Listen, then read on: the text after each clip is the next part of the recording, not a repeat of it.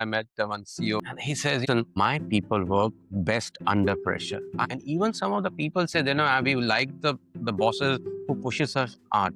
6 months later, just I met this gentleman again.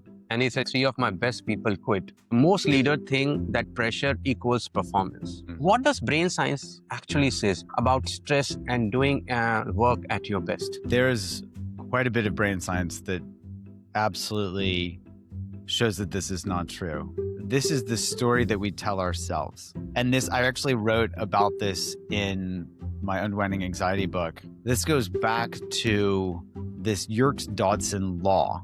There's no evidence that performance does better with when the heat is on. The joke is that the beatings will continue until morale improves, right? That's how much this is baked into the folklore of society and corporations, where they think, you've got to be hard on people. They haven't actually done the true experiment to see what the causality is. Does that actually help people perform well? What if we took a different approach and looked at how truly high-functioning teams work? They're highly creative, they're highly connected, they're kind, they're curious. They've got all these attributes that have nothing to do with putting pressure on. In fact, most people report when the pressure is on, they don't actually perform well. And that's what the science shows, is that there's an inverse relationship between stress and anxiety and performance. Welcome to this episode of Leaders of Future. I'm Manish Behl, and every generation has a question to define. Like our grandparents, it was survival.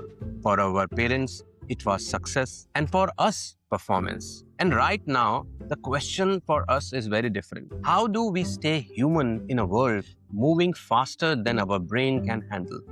Today, our guest has spent his life one of the greatest mysteries known to science, the human brain. He's a psychiatrist, neuroscientist, and a New York Times best-selling author. Director of Research and Innovation at Brown University Mindfulness Center. His TED Talk on breaking bad habit has watched over 20 million times. His books, Craving Mind, Unwinding Anxiety, The Hunger Habits, has changed millions of people to understand themselves. He has trained Olympic athletes, governments, ministers, global business leaders, and many more. But what makes him truly extraordinary isn't his research, but its ability to take this most complex science on the earth and make it easy and useful.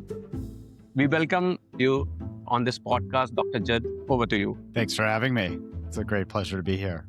Dr. Jud, one question that keeps me up at night, other than my dreams, is that we all know that human brain is the most sophisticated, capable, extraordinary object in a whole universe, most powerful than AI ever built, more creative than any machine ever designed, more adaptive than any technology ever conceived. Then why is the average human being using less than 10% of their emotional, creative, and cognitive potential at any given day? You are a trained psychiatrist or neuroscientist, years of medical schools, laboratories, clinical trials, peer review research, and one day, boom, what happened? Something you saw in data or perhaps inside yourself that made you put down everything.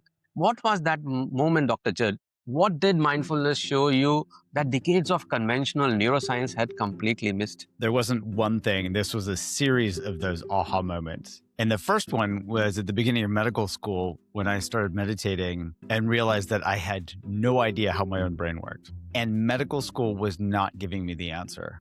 That was a big aha when I started to see ancient Buddhist psychology. I started studying it. And when I started looking, there was a huge amount of wisdom there that was for the learning, and that I wasn't going to learn that from books. Interesting. This is a very common question that neuroscience is very nascent to know human brain because human brain has evolved for trillions of years. But there's one thing which is costing trillions of dollars to the government, to the economy, a mental health problem, because we're still not able to understand human brain. We have more pills, more apps, more therapies than ever created. But anxiety and depression keep rising. It's like trying to doze off a fire by adding more wood and wondering why it's still burning. We are trying to fix the wrong problem, is it? Or we are using wrong solutions? What do you say? I would say we're using the wrong solutions. And the reason I say that is that while the DSM diagnoses for depression and anxiety are not very good, I don't think they're very accurate and they're not very scientifically based, that is changing and that will change over the next decade. So we'll get the diagnostic pieces right. But what we do know is that we all suffer. And what I would say we've gotten wrong is that we're taking the wrong approach to the solution. As a psychiatrist, I'm not against prescribing medications. I've prescribed medications for decades. But as an example, the best medications out there, the SSRIs or the first line treatment for both depression and anxiety, they only help about 1 in 5 people. The official term is the number needed to treat, and it's 5.15. And that means 1 in 5 people are going to benefit. And that's a better number than a lot of other medications where it's 1 in 2, sometimes 1 in 200. And the medications are still prescribed. Well, there was a study in the UK showing that SSRIs on average are no better than placebo. And so if we're trying to affect a serotonin system at large that is spread all across the entire body, it's no wonder that having something that non-specific is not going to help a specific issue. The other piece that what I learned, the catchphrase is catch it, check it, change it, where you catch the cognition, check to see if it's accurate or if it's catastrophizing or something like that, and then change it. I would suggest, and I think the data from the neuroscience backs this up pretty well, that at best, this relies on the prefrontal cortex, which is the first part of our brain that goes offline when we get stressed or anxious. So we can't really rely on it. And at worst, trying to change cognition is not actually what changes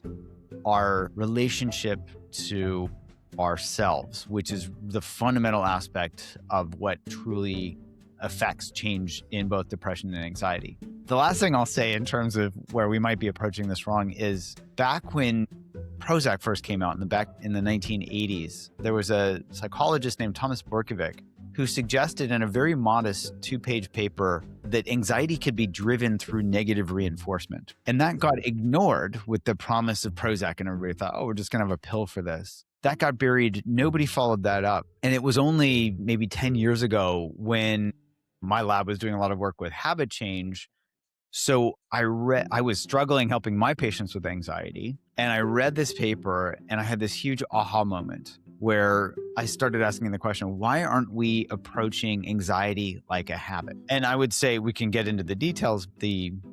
What we've found over the years with a number of studies now is approaching it that way works very, very well. For example, the number needed to treat in one of our randomized controlled trials was only 1.6, right? So much better than 5.2. We got a 64% remission rate versus 3% in the control group.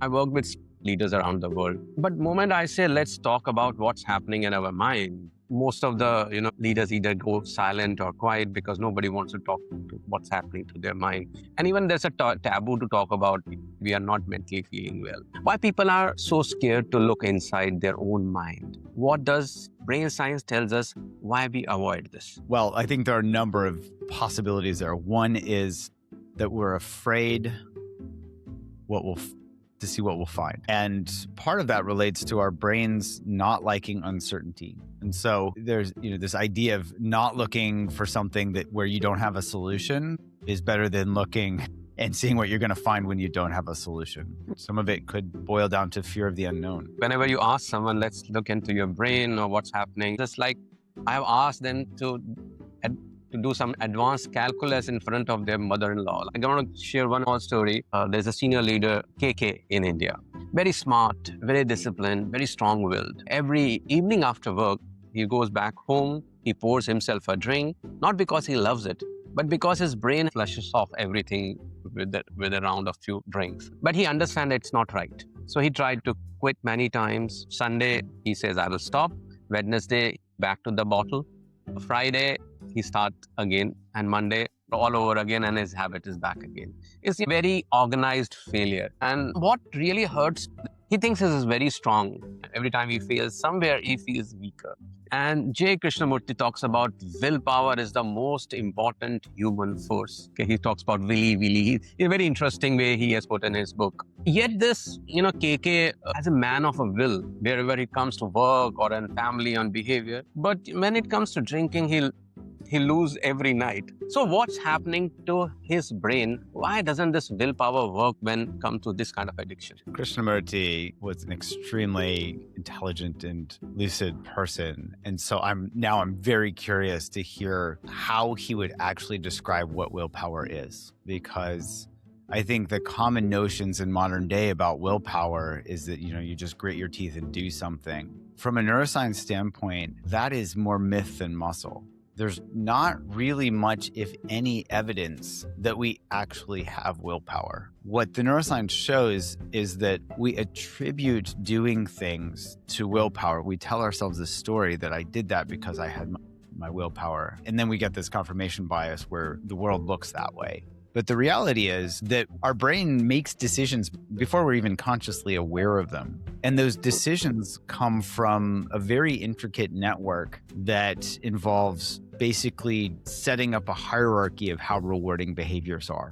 And so once we learn that a behavior has a certain reward value, we're going to do that behavior and we can say, oh, I did that because of my willpower. But the truth is, our brains have already decided to do it because it feels good, because it's rewarding. There's a large body of research that has now been debunked on what was described as ego depletion, which is basically willpower failure. And there was this idea that was put forward that we have a lot of willpower in the morning and then it gets depleted during the day. And then when you add that together with the literature around habit change in particular, how you actually can break habits, all of that goes toward this reinforcement learning system. Interesting. So you're saying this program started long before KK even knew about it, that he has this habit?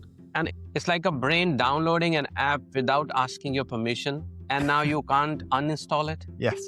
And that app is actually very helpful for us for most of the day. So that app is really how we form habits. And we need probably 98% of our habits. The habit of walking, so we don't have to relearn that. The habit of talking and knowing a language. If we had to relearn that every day, none of us, we wouldn't be able to communicate, let alone survive. Most of these habits are extremely helpful. And it's just that some kind of go off the rails a little bit. This is a very, very important. Every angry email one sends, every time we lose temper, every time one say yes when you mean no, every difficult conversation we avoid. Isn't that designing a kind of a behavioral pattern which is like becoming our habit pattern? Yes. And there are these temporary measures that avoid something unpleasant in the present moment, but actually add to the weight of our lives down the road. And so over time, we accrue all of these anchors and wonder why our boat isn't moving very fast. We've got these sails and they're catching the wind, but we can't move quickly. And that comes down to all these anchors that we've accrued over our lives, where they're these short-term solutions where it's like having an itch that we scratch that just makes that itch itchier, as compared to helping that, finding the cure for whatever it is that's causing the itch. Very interesting point, because itch, I feel all of these habits, it's not about weakness, it's the habit running in our brain and doing exactly what we designed it for. And your research said it's curiosity, not the willpower, the way to break the cravings. It's not willpower, not discipline, not motivation, but curiosity. What does curiosity work when willpower doesn't work or willpower fails? I'm really curious to know this. Well, that's a good place to start, is with that curiosity. I'll use an example. So I work with a lot of people who struggle with severe anxiety. And that anxiety drives a mental behavior of worrying. And what we can do is we can try to force ourselves not to worry, or we can resist the worry, or we can run away with it by distracting ourselves. When we run away from something, it chases us. And when we resist it, it persists. There's this saying in psychotherapy, what we resist persists. So when you push, it's going to push back. And both of those are exhausting. You can't run forever, and you can't resist forever. So we can just feel into what it feels like to worry about something. Does worrying feel good? I'm asking you, what would you say? Does it feel good? No, not at all. It doesn't feel good. Worry is very, very unsettling feeling. Okay. So make note of that, because that's when we start to see that worrying doesn't feel very good, that makes a note in our brain that it's got this level of reward value that's not very high. Now, compare that worry, just start with, generally speaking, to being curious. Which one feels better? Definitely curiosity. Yeah. So our brain has this reward hierarchy already set up where it says worrying is low, curiosity is high. So just closing this loop with regard to how I bring curiosity in my clinic, and then we can talk about how we use this generally. I have my patients start to really explore what it feels like to worry, and that it actually makes them more anxious, because it tends to feed back and make people more anxious. And then I train them to get curious about the feelings of anxiety themselves. So the critical piece is they're not fighting the worry, but they're getting curious about what's happening in the present moment. So anxiety often is described as this tightness, this clenching, this burning, often felt in the chest, in the neck, in the face, in the head, things like that. And we can resist those sensations, but because they're happening, it also gives us the opportunity to embrace them, to turn toward them, to get curious about them. So there's this great, very simple formula that Shinzen Young, a Western meditation teacher, taught me years ago. Suffering equals pain times resistance. And so if we look at the equation of suffering and we think of worrying as that pain, if we resist that worrying or we resist the feelings of anxiety, we're going to suffer even more. But think of curiosity as the inverse of resistance. If we can get curious about those sensations, notice that they come up, and that if we don't resist them, they will actually move along on their own without us doing anything, which is tremendously empowering.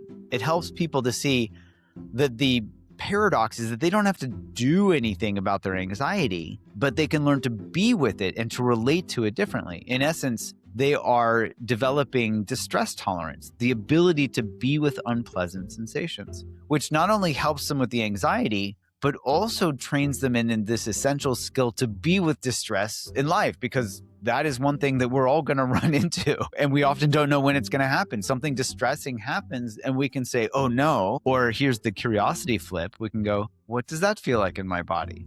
As an example. Does that make sense? Yeah, completely. When you observe, you build focus. If you are not curious, you are just flowing with the thoughts.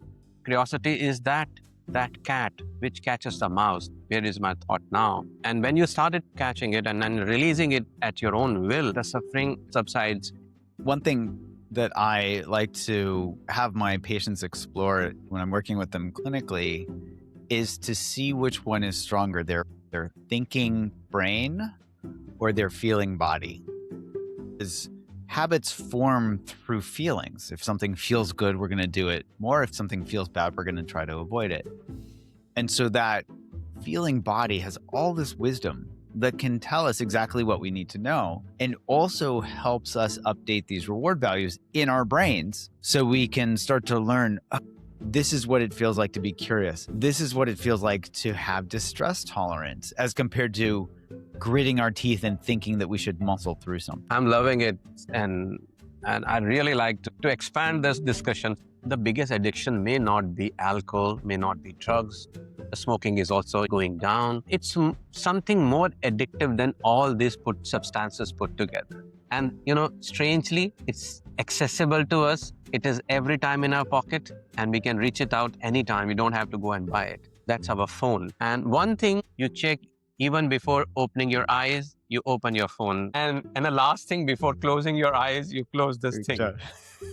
And the thing, when it vibrates, you jump like someone is calling your name. Average person checks 96 times a day. Every 10 minutes you check the phone. But you know what Gen Zs are doing? Average Gen Z is on a screen 9 hours a daily. Social media companies employing neuroscientists whose job is to make their platform neurologically addictive as much as possible. Means they are using brain science against very people.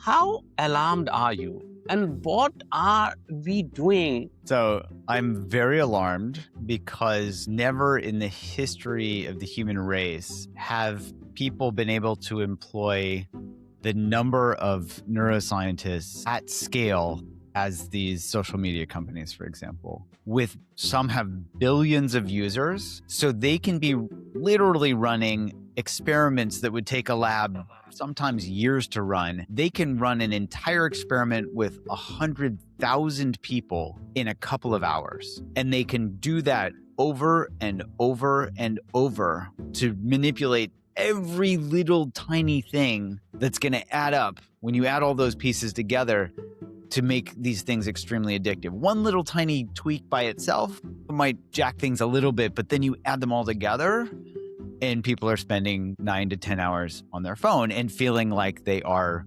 completely helpless to the addiction. So very concerned, imagine if we had billions of people signed up for scientific studies to improve our health and wellness. We would transform this planet in a year if everybody was oriented toward that, toward health and flourishing, as compared to trying to get our attention as much as possible through that attention economy. Wow. McKinsey did one study and they say that workers spend about 28% of their work time reading and answering the messages. Microsoft tells us that we get interrupted every 40 seconds. Now, you can't even finish one single thought in 40 seconds. We're talking about attention, focus, and we wonder why this thing is happening. I wonder why innovations are dying. Why wonder the strategic thinking is disappearing. Why leaders feel busy but not productive. I feel that deep creative strategic thought requires something technology is systematically destroying. The human capabilities of thinking, creating, strategic thought process is really going down. How do we reclaim it? Like Steve Jobs once said, no, people don't know what they want until you show them what it is. And now we can't stop wanting what we are shown.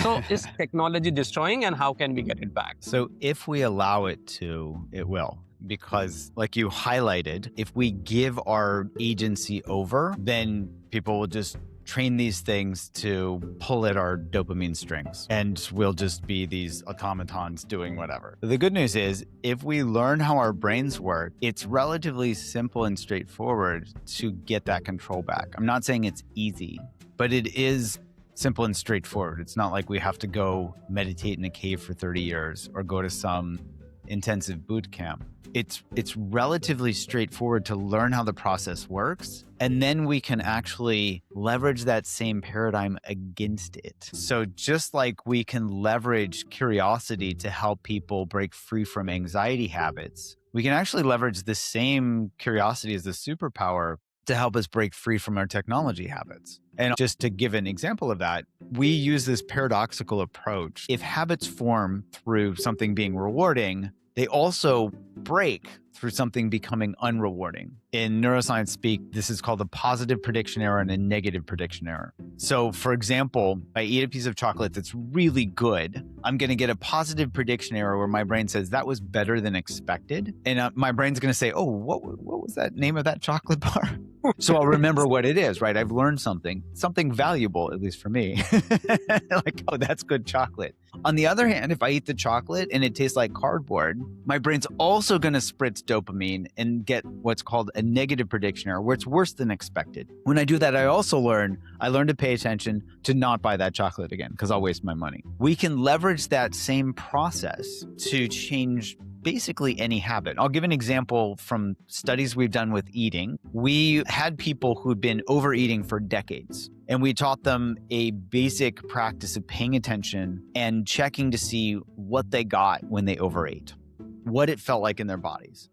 So in our first study, within 10 to 15 times of somebody overeating, they realized that it just doesn't feel good and the reward value dropped below zero and it shifted the behavior. Not every time, but it started shifting it, in a successive way. When we repeated that with a population-based study of over 1,000 people, that shrank to about 5 times. Somebody only had to pay attention 5 times for that reward value to drop below zero. So the reason I mention that is that our brains are tremendously plastic. They can learn very quickly as long as we pay attention. So the key here for technology is we can start to, when we have these weapons of mass distraction, when they ping at us and try to seduce us into checking them again, we can check them and ask this question, what am I getting from this, right? And it doesn't mean that technology is bad. Like my phone is extremely helpful. It's, good to remember when I have a meeting or a podcast or something like that, right? And those reminders are helpful. Otherwise, I might miss an appointment.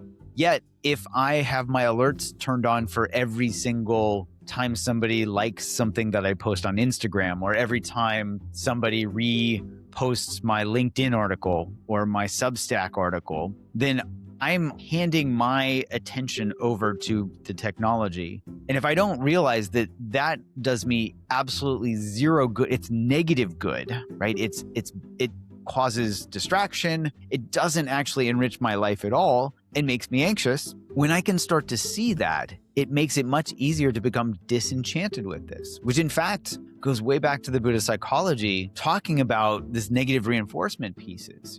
I actually wrote a paper over 10 years ago with a Buddhist scholar suggesting that what we talk about in modern day with operant conditioning, positive and negative reinforcement, was actually described on the night of the Buddha's enlightenment. That's what got him enlightened, was realizing this, what they described as this cycle of samsara, this dependent origination. And that it wasn't like deep samadhi or concentration or meditation or some superpower. It was seeing that he was caught in this cycle of suffering, and by seeing it, he could step out, right? Yeah. Seeing that it was no longer serving him. Technology alone is not the culprit. I think how we deal with technology is very important. And I think scholars and teachers and trainers and neuroscientists like you are very important in this ecosystem to tell people what's happening in a brain and how can we pull out ourselves from this quicksand which just sucks in when you get into it, and then before you realize it, you are already into it. One thing which we see now, the Gen Z and the generation after that, they are most connected, but at the same time, most anxious generation also. They can do a video call across the planet, but they can't talk to a person sitting next to them on the bus. They also want purpose and meaning, but they are also more burned out. We have seen they quit the job because just they feel the vibes are off.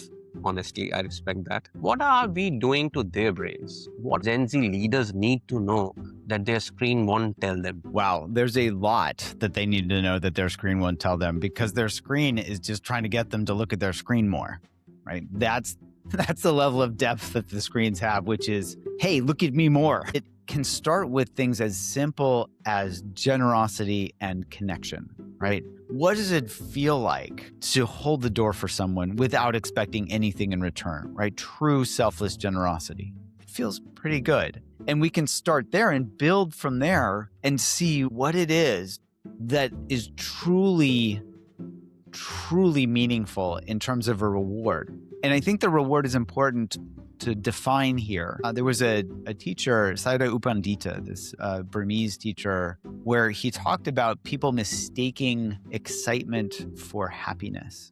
And that's important because the excitement is what gets us anticipating. Excitement is about the future, right? And we are often taught that excitement is the highest level of happiness. And that is absolutely not the case. He talked about peace, contentment, and I would say all of these categories that we've been talking about, so curiosity, kindness, connection, compassion, all of these have a different quality of experience to them. The Western philosophers talked about eudaimonia, this different type of happiness than the hedonic happiness that I wouldn't even call it happiness, the hedonic treadmill of excitement that just makes us feel like we're lacking something and should buy more or do more or pay, or be on our screens more. So the key here is really getting a compass for what is truly meaningful and feels truly rewarding in life.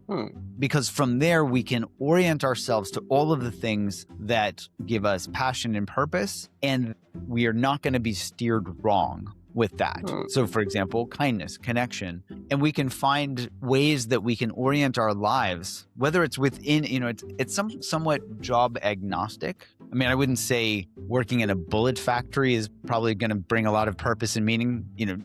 Personally, I wouldn't do that. But we can, wherever we are, we can live a life of integrity. We can live a life of honesty. We can live a life of kindness. And no matter what happens, that moment that gives us the joy, the ease, the contentment that comes from living the good life, as the philosophers often talked about. I think that's really, to me, what is the way that we can really start to orient ourselves and talk about these things. I love this quote from the American writer Mark Twain. He says, "If you tell the truth, you don't have to remember anything."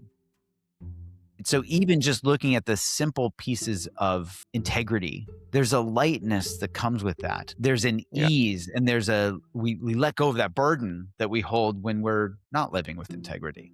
These are the certain things which makes a life more easier to live, rather than we become a bundle of lies and then live a life which we actually don't like. I believe that Gen Z and young people have something which older generation didn't. No, they are somehow honest about their feeling. They refuse to be fake. They really want meaning, not just only money. We find that the world is getting more and more disconnected. Research shows that a lot of people world around, in workplace especially, found 85% of employees don't care about their work. They are not just uninspired, they are completely disconnected. Think about 85%. That means in a meeting of 10 people, about 8 of them are mentally somewhere else, probably scrolling on their Instagram. So 85% of talent is wasted in a company. It's completely wasted. And from brain science point of view, why are companies so bad at bringing out the best in their people? I think that's a very big question. I would say some companies are probably pretty good at it. And I would say it's hard to generalize. I would ask questions around, are people connecting with their coworkers, for example? So can they find purpose in working together? Can they find joy in being part of a group and supporting each other, right? So no matter what the work is that needs to be done for the corporation or the company or whatever, can there be ways where we find connection and find that meaning no matter what the work is? I met CEO and he says, my people work best under pressure. And even some of the people say, we like the bosses who pushes us hard. 6 months later, I met this gentleman again. And he said, 3 of my best people quit. Most leaders think that pressure equals performance. What does brain science actually says about stress and doing work at your best? There's quite a bit of brain science that absolutely shows that this is not true. This is the story that we tell ourselves. And I actually wrote about this in my Unwinding Anxiety book. This goes back to this Yerkes-Dodson law. There's no evidence that performance does better with when the heat is on. The joke is that the beatings will continue until morale improves, right? That's how much this is baked into the folklore of society and corporations, where they think, you've got to be hard on people. They haven't actually done the true experiment to see what the causality is. Like, does that actually help people perform well? Or what if we took a different approach and looked at how truly high-functioning teams work? They're highly creative, they're highly connected, they're kind, they're curious. They've got all these attributes that have nothing to do with putting pressure on. In fact, most people report when the pressure is on, they don't actually perform well. And that's what the science shows, is that there's an inverse relationship between stress and anxiety and performance. Oh, absolutely. But there is a paradox which also breaks my heart. Behavior that creates psychological safety, where people actually perform, are precisely the behaviors that stress, overloaded, habit-driven leaders find hardest to access. Leaders who need to slow down, they are running faster. Leaders who need to listen are talking loudest. Leaders whose teams need safety are creating fear. It's like trying to fix your sleep by drinking more coffee. How do we break this pattern? How do we make these leaders realize that this is what has happened? There was a study from 10 years ago showing that people with depression actually prefer looking at things that make them depressed and listening to music that makes them depressed and things like that. And the idea is that we have a comfort zone of something that we do. And so if we do something and we're moderately successful, then we think, if I need to be more successful, I'm just going to do that more. So it's only when everybody quits or when somebody burns out or when some really catastrophic thing happens, that somebody's willing to wake up and see that that's not working. Interesting. Let's come to something called cognitive capitalism. Long ago, value comes from physical work, like physical work is equal to machines and muscle. Okay. Today, value comes from thinking, attention, creativity. But here is the problem. We are entering this thinking economy exactly when our thinking ability is under attack. Constant notification, as we discussed, apps designed to grab our attention. Neuroscientists are working, how can we grab more and more attention? 24/7 email, stress, burnout, worry. It's like entering a marathon after donating your legs. And from brain science, what does it take to succeed in this thinking economy? I would say one thing that we're getting wrong is we're not giving people the opportunity and the right conditions to practice thinking. And so getting creative, doing brainstorming sessions, turning off all of our notifications, where it gives us the ability to actually be on task with one thing at a time for a period of time. It's really important to just notice what that feels like and to practice doing that so that we are not constantly pulled by our every itch and urge to check our social media. I think what you're saying is also said by Warren Buffett. So the difference between successful people and really successful people is that the really successful people say no to almost everything.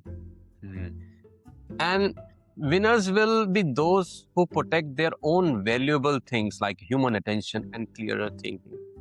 And I think mindfulness is very similar. It allows your attention to stay at the present moment, do one thing at a time. So mindfulness is not just feeling good, but actually a key in winning today's economy we talk about cognitive capitalism. What do you think? I think of the key element of mindfulness being curiosity, right? This curious awareness. That's what helps us see just how valuable paying attention to one thing at a time feels like. And until we feel that, our feeling body is not going to register that, and it's not going to register it as rewarding. But once we do, and we can really feel that it's more rewarding, it's actually much easier to shift in that direction as comparing to telling ourselves that we should turn off our phones or not look at our phones. That's a failed strategy where we say, oh, I'm just not going to look at my phone for 30 minutes. That doesn't work. But what we can say is, well, what's it feel like when I'm just on task and I've turned off all my alerts and I'm not going to check my email for 30 minutes and I just get something done? It feels so much better than being distracted. Completely. It's very difficult to tell a leader to not to do it because mindfulness is one of the most researched, but also most misunderstood, most underestimated tool in human history. Whenever you talk to a leader, they visualize mindfulness as meditation, cushions, incense, breathing, sitting cross legs for hours, or something like checking out, or checking in, or slowing down. Even most intelligent, well-led leaders who have read about mindfulness, who thinks that they understand mindfulness, still fundamentally get wrong about what it actually is and what it actually does. Are we not able to explain people exactly what mindfulness is? I would say there's a lot of literature out there, popular and otherwise, about what mindfulness is. And I've not seen a lot of it have really good clarity on what mindfulness is. And part of it is that it's challenging to describe conceptually something that's directly experiential. It's ineffable. It's hard to actually put into a concept. As soon as we do, we've lost it. So it's not the people's fault that are trying to describe it. It's just very challenging to describe. What I would say, what lines up all the way between the Buddhist psychology and the modern neuroscience is one thing, which is that mindfulness really helps us learn how our minds work, right? If you go back to the night of the Buddha's enlightenment, it wasn't about incense and candles. He happened to be sitting under a Bodhi tree, apparently. But the idea was that he sat still long enough that he could see and map the patterns of his mind. Once he could map the patterns of his mind, he became enlightened. And part of that, so whether it's that or, say, modern neuroscience, that same mapping helps us develop these abilities to be able to see the positive and negative prediction errors from the things that we're doing habitually. And our habits are what cause most of our suffering. Whether we're checking our phones, being distracted, being angry, frustrated, all these things, or simply not paying attention to something, right? When we see that those are painful, that they don't actually serve us and they don't feel good. That's what mindfulness is about, is helping us see that, oh, when I do this, it doesn't feel good. This is described as karma, right? Cause and effect. We naturally let go of those. We become disenchanted in using the Buddhist terminology. And then also we become more enchanted with the things that bring us passion, purpose, meaning, and all the things that we talked about earlier, because they naturally feel better. So that's what I would say, in a nutshell, mindfulness is about. It's helping us be able to map the patterns of our minds so that we can see where we're contributing to our own suffering and also the way out of that suffering. I feel mindfulness is like sitting in a dark room and suddenly you open a window and you're able to see something. Light comes in, you see something clearer inside, and you also see something outside. So it's sort of a awareness which gives. But problem is that mindfulness world over is packaged as a wellness initiative in organization. Your research says something categorically different. You talk about retraining of brain's reward system, a rewiring of the circuit that determines how leaders decide, relate, and respond. It's not wellness. This changes how leaders make decisions and handle relationships. It's completely different. You're talking about survival. Why isn't every leadership program in the world built on this foundation? What are we waiting for? I don't know the answer to that, but I think until people fundamentally rearrange how they approach this, they're going to be continued to be written off as nice to have. I would say if I had to strip away all of my learning, all of the decades of training that I've gone through, I would strip away everything but this. It is so fundamental because everything builds on this. So it's unfortunate that it's seen that way and that people are selling it that way. And that's all I can say is, read the neuroscience papers. When you see leaders become better, they are more focused, they are more strategic, more present. When we talk about mindfulness, they say we will become emotionally flat. We will have no emotions, which is not right. The opposite. We have the ability to tolerate our own emotions so that we also are not afraid of our own emotions. So often people will flatten out because they're using it as a defense strategy against, oh no, what if I go off the rails and yell at somebody or whatever? But when we can learn to notice our emotions and relate to our emotions differently, we actually learn that we can live the full scope and let our emotions be our emotions and not be carried away by them. I'm so happy that I'm talking. It's also cementing my ideas and my thought process when we design something for people. So mindfulness isn't about passive or cold. Not sitting in meeting and saying, oh, I'm observing my anger when someone steals your idea. It's also now observing what's happening. Einstein said that we cannot solve the problem with the same thinking that created them. And mindfulness is all about thinking about it. If you really have to think about mindfulness for a leader, how mindfulness will look like? I would say it's really about using curiosity as that superpower to learn how our minds work and be able to see our own patterns of our minds. That's it in a nutshell. It's really about being able to see our own habit patterns, the patterns of our minds, both in terms of the patterns that are slowing us down and making us less effective, but also finding the ones that help us be more effective, such as start with humility and curiosity as the superpowers. Wonderful. That's so profound. And if anybody can work around it, it will dramatically change how we live in this world and how we work. Now, let's look at the crystal ball together. AI can now write codes. It can compose music, diagnose diseases, argue a legal case, predict markets, which nobody could have predicted earlier. World Economic Forum says that 85 million jobs will be displaced in next coming years. Life of any professional skill will not be more than 5 years because it will be replicated by an AI or a computer. In this world where machines are going to outperform humans on every measurable cognitive task, what kind of a brain will survive, not genetically thrive? What does neuroscience tells us how human brains are evolving? And what happens when machine overthinks human? What kind of human will win? I would say the question I would ask is, how are we going to work with technology, with AI, for example? If we try to compete with it, it's going to outcompete us in many things, like you talked about. And at the same time, it's really only right now, it's a regression to the mean. It can predict the next character, in putting it a little too oversimplified. But the idea here is the human mind that can learn to be creative, that can learn to be curious, that can learn to be connected and authentic as compared to agentic, where we're not just the automatons that are like doing what we're taught to do, but when we can really tap into that true authenticity, that true connection, right? That allows us to really foster this superpower that humans have, which is the creativity, which is learning how to think beyond predicting the next character.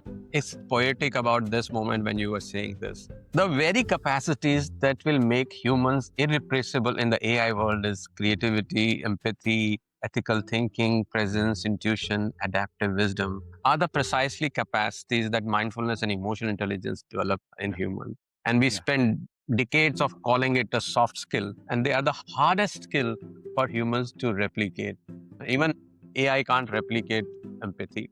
So that's the irony of that. What really makes us human is sitting at the backstage and we're talking about other things which are more important. I would say these skills can be taught. So as an example, we're actually employing ways of pairing humans with generative AI. So for example, we've developed a program called Going Beyond Anxiety that teaches people skills, namely distress tolerance, the ability to map out their own mind, all these things that we've been talking about, using anxiety as the basis because so many people have anxiety.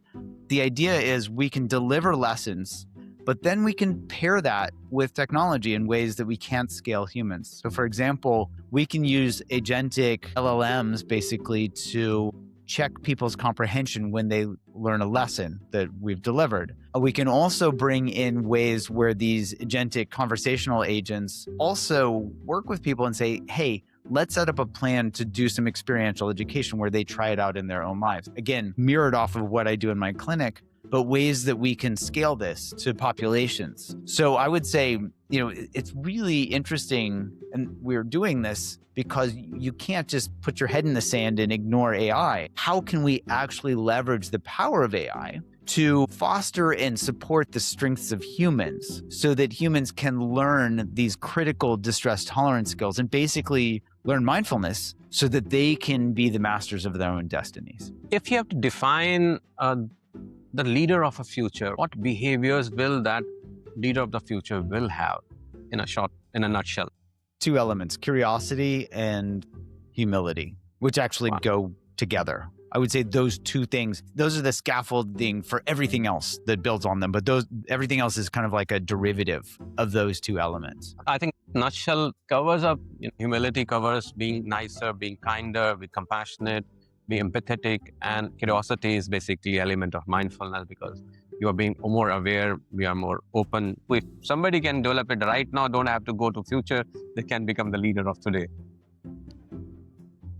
We spoke from habit to willpower, to addiction, to attention, potential, performance, cognitive capitalism, human brain, future of human and leader. And I come back to where I started when I asked you a question in the beginning. If human brain is the most extraordinary object in known universe, why are most of us using such a fraction of what it's actually capable of? And have we fundamentally misunderstood what it is actually for? It's a great question. And I would say what a lot of people have heard, that we only use 10% of our brain, is actually a myth. That's not true.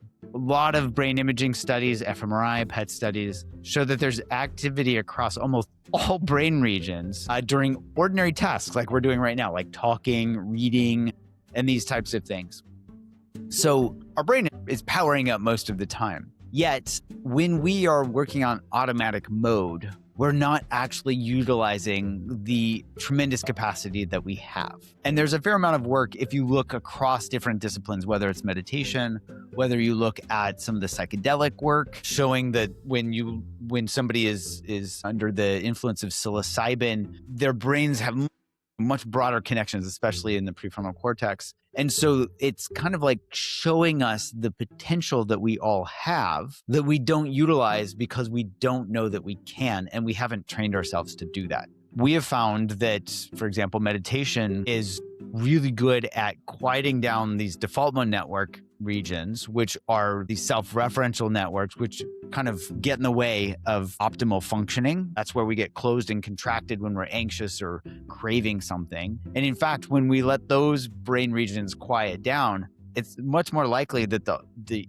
brain can integrate and do what it's supposed to do really well. It's kind of like, I guess the image that comes up is that we've been driving our car while one foot is on the brake, and we wonder why we're not getting good gas mileage. Well, the key is not to try to do anything except take our foot off of the brake pedal and let our car drive, let our brains drive. And the letting our brains drive part comes through being curious and noticing when we're pulled this way and that way, and getting stuck in the worry and getting stuck in the rumination. Those pieces are optional. That's like being on having our foot on the brake pedal. You said that most of the time when we are in DMN, default mode network is so much active that your awareness toward yourself and your behavior, your emotions, your thought process is almost lost, but brain is still working at full of its capacity. Dr. Jud, you came here as a scientist, but you spoke like a poet. You gave us fact like wisdoms, research, really like truth, and vision of a human potential. And I think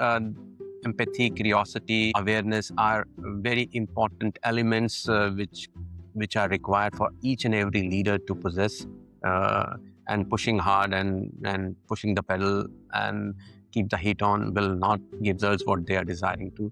Every leader listening, there is a potential in the room, and it is already inside us, just buried under few 100 browser tab open on the computer, some 400 unread mails. Are you paying attention to things which are really distracting to you, or you're distracted towards your own distraction? If Dr. Jud's thoughts help you, please share this with other leaders so everybody get this message. And Dr. Jud, thank you so much for your wisdom, for your work on human brain, and the service you are bringing to the mankind is remarkable. We need more neuroscientists like you to work on human rather than attacking our attention, at least releasing the attention which is required, releasing the curiosity we need. And most important thing isn't about technology or strategy. It's investing in clarity and awareness of human brain and where it is leading us. We have created a lot of programs. Mindful Inner Advantage program is designed for leaders for bringing inner strength and technology. Thank you so much. Any message would you like to give at the last, what you think makes sense, anything which you feel? Well, I would say the key is kindness and curiosity for humanity's sake. Also, we have a bunch of free resources on my website, which is just drjud.com if people want to learn more about those. Any books would you recommend people or leaders to read which can help them? There are a lot of books out there. I've written a couple myself, but we've got some on my website. So do visit Dr. Judson's website. I'm going to give the link to the website on this podcast. So you can get a lot of study materials, and you can also get in touch with Dr. Jud if you need any help. Dr. Jud, thank you again for your time and your wisdom. I really enjoyed this podcast. I'm Manish Behl. This is Leaders of Future. Stay curious, stay present, keep moving, and maybe check your phone less today, starting tomorrow. Thank you. Thank you.